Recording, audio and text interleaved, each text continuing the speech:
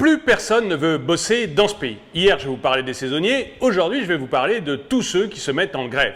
On a une véritable épidémie de grève. Et si pour certains, c'est parfaitement justifié à cause d'un salaire très bas et une inflation qui continue à monter, pour d'autres, c'est juste n'importe quoi. On marche sur la tête. Et à force de marcher sur la tête, certains vont devoir remplacer le gel par du cirage.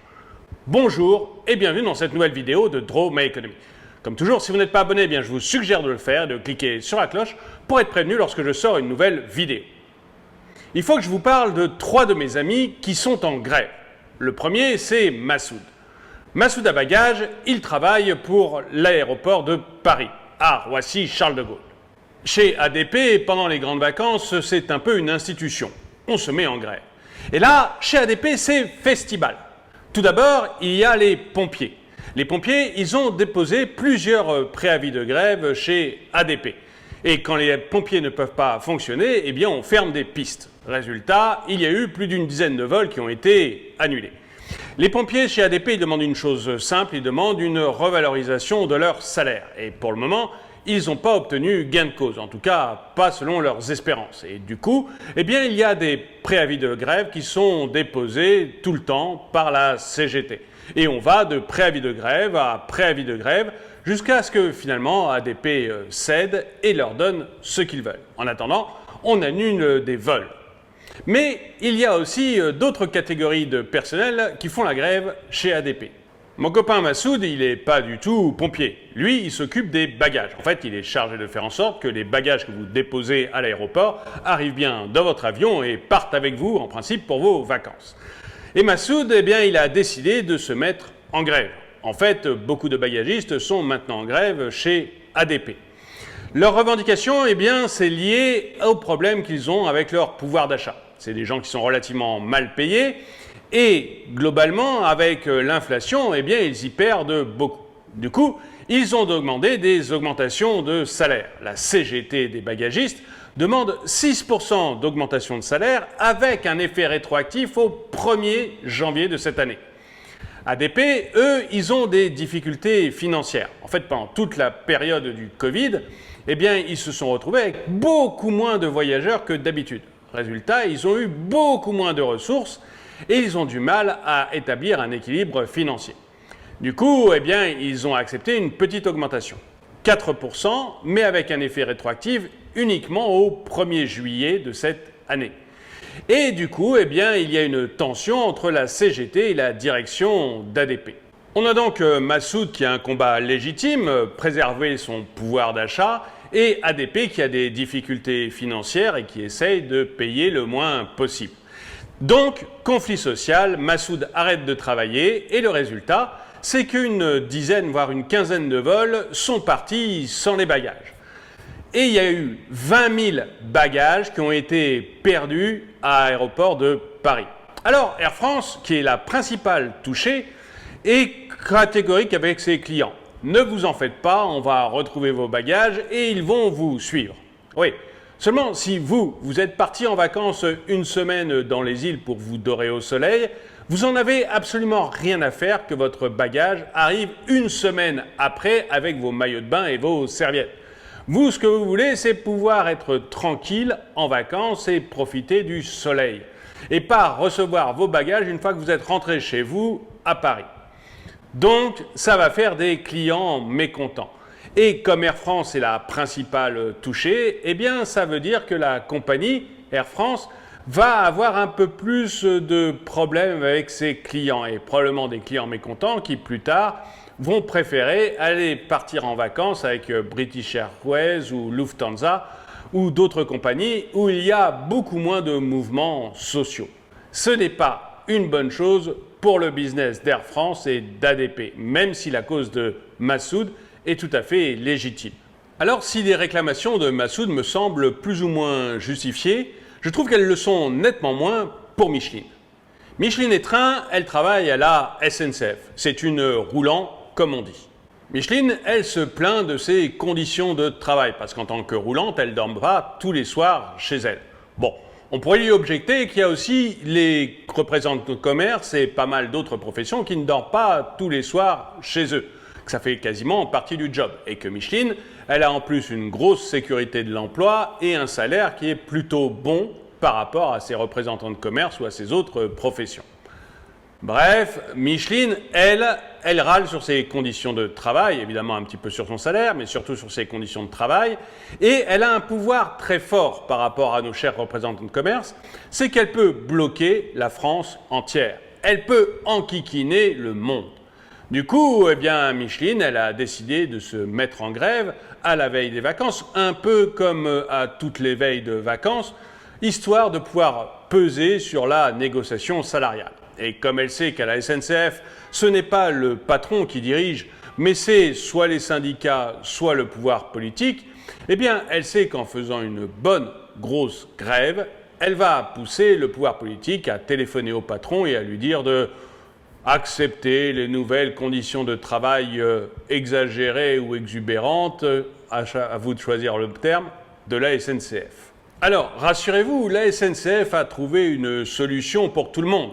Elle vous demande d'annuler vos vacances ou de les reporter si vraiment vous ne voulez pas les annuler. C'est sûr que pour elle, l'idéal, ce serait que vous restiez dans votre appartement parisien ou dans votre maison et que surtout, vous ne pensiez plus à partir en vacances. Ils sont quand même pas là pour vous transporter. Bref, la SNCF vous a trouvé une belle solution. Il faut dire que la SNCF, c'est un cas d'école à elle toute seule. Déjà, leur site internet est complètement ingérable et ne pose que des problèmes. Mais en plus, je ne sais pas si vous avez essayé récemment d'acheter des billets pour partir un week-end en vacances pendant le mois de juillet ou le mois d'août. Eh bien, n'essayez pas, c'est quasiment impossible. Pourquoi c'est quasiment impossible? Parce que la SNCF a eu une idée géniale. Elle permet le remboursement du billet même si vous annulez quelques heures avant. Résultat, vous avez des gens qui achètent des billets pour quasiment tous les week-ends, en se disant que comme ça, si il leur prend l'envie de partir en week-end, eh bien, ils pourront toujours utiliser le billet, et puis s'ils changent d'avis, eh bien, ils pourront toujours se le faire rembourser. Donc, il n'y a plus de billets disponibles dans les TGV ou toutes les billetteries ou tous les trains où il y a besoin d'une réservation. Bref, Micheline, qui gagne à peu près 3 450 € bruts, a décidé de bloquer vos vacances pour pouvoir avoir une augmentation de salaire. Et la réponse de la SNCF, c'est de dire que vous pourriez décaler vos vacances à une période où Micheline acceptera de travailler. Et encore, la position de Micheline, qui m'énerve énormément, vous l'avez peut-être remarqué, eh bien je la trouve beaucoup plus justifiable que celle de Sarah. Sarah Fréchy, elle est maître nageur à Paris, dans les piscines municipales. Alors, je ne sais pas si vous avez déjà vu des maîtres nageurs dans des piscines municipales, mais c'est quand même pas un métier trop stressant. On les voit plutôt assis tranquillement sur une chaise ou à discuter avec un copain ou un collègue. En tout cas, Sarah, elle est donc maître nageur à Paris. Et elle est relativement contente de son salaire. D'ailleurs, elle ne manifeste pas du tout à cause de son salaire. Non, elle, ce qu'elle ne veut pas, c'est passer à 35 heures. Parce que pour une caissière chez Leclerc, c'est normal d'être à 35 heures. Mais pas du tout pour Sarah. Sarah Fréchy, elle veut absolument garder un privilège de temps passé au travail. Alors, ce qui inquiète le plus Sarah là-dedans, c'est que si elle passe aux 35 heures, elle va perdre 8 jours de congé. Alors, c'est vrai que perdre 8 jours de congé, c'est très agaçant. En fait, si elle passe à 35 heures, elle n'aura plus 33 jours de congé, mais 25. Un peu comme vous, un peu comme une caissière chez Leclerc. Elle n'aura donc que 25 jours de congé. Alors, j'entends déjà les personnes dans les commentaires qui me diront « Oui, mais c'est un environnement bruyant, les piscines, et puis ils ont quand même un stress parce qu'ils doivent intervenir très rapidement en cas d'urgence, donc ils méritent un peu plus de jours de congé. » Oui, à la limite, je peux entendre ça, et c'est vrai que dans ce cas, passer de 33 jours de congé à 25, on peut comprendre qu'ils ne soient pas contents. Sauf qu'ils ont un petit peu des RTT. Oui, parce que Sarah, non seulement elle a 33 jours de congé, mais en plus, elle a 61 jours de RTT par an. 61 jours. Et tout ce qu'on lui demande, c'est de passer de 33 jours de congé à 25 et de garder ces 61 jours de congé. Je ne sais pas combien de RTT, pardon. Alors, je ne sais pas combien vous vous avez de jours de RTT et de jours de congé, mais ça m'étonnerait que vous arriviez à cumuler 61 jours de RTT et 33 jours de congé. En tout, aujourd'hui, Sarah, elle a 94 jours pendant lesquels elle peut ne pas travailler et être payée. Ça m'étonnerait qu'il y ait quelqu'un d'autre qui regarde cette vidéo qui ait autant de chance qu'elle. Et tout ce qu'on lui demande à Sarah, c'est de passer uniquement à 25 jours de congé et finalement de se rapprocher un tout petit peu de la norme de ceux qui viennent se baigner dans ces piscines. Et comme Sarah n'est pas d'accord, eh bien, elle bloque les piscines. Et vous avez donc 17 piscines parisiennes qui sont bloquées, qui sont fermées. Et évidemment, elle fait ça en juillet, août, au moment où vous avez le plus besoin d'aller vous baigner ou d'aller vous rafraîchir, surtout avec le temps qu'il fait actuellement à Paris. Bref, Sarah, elle abuse un peu de son pouvoir de nuisance pour garder des privilèges qui me semblent totalement farfelus.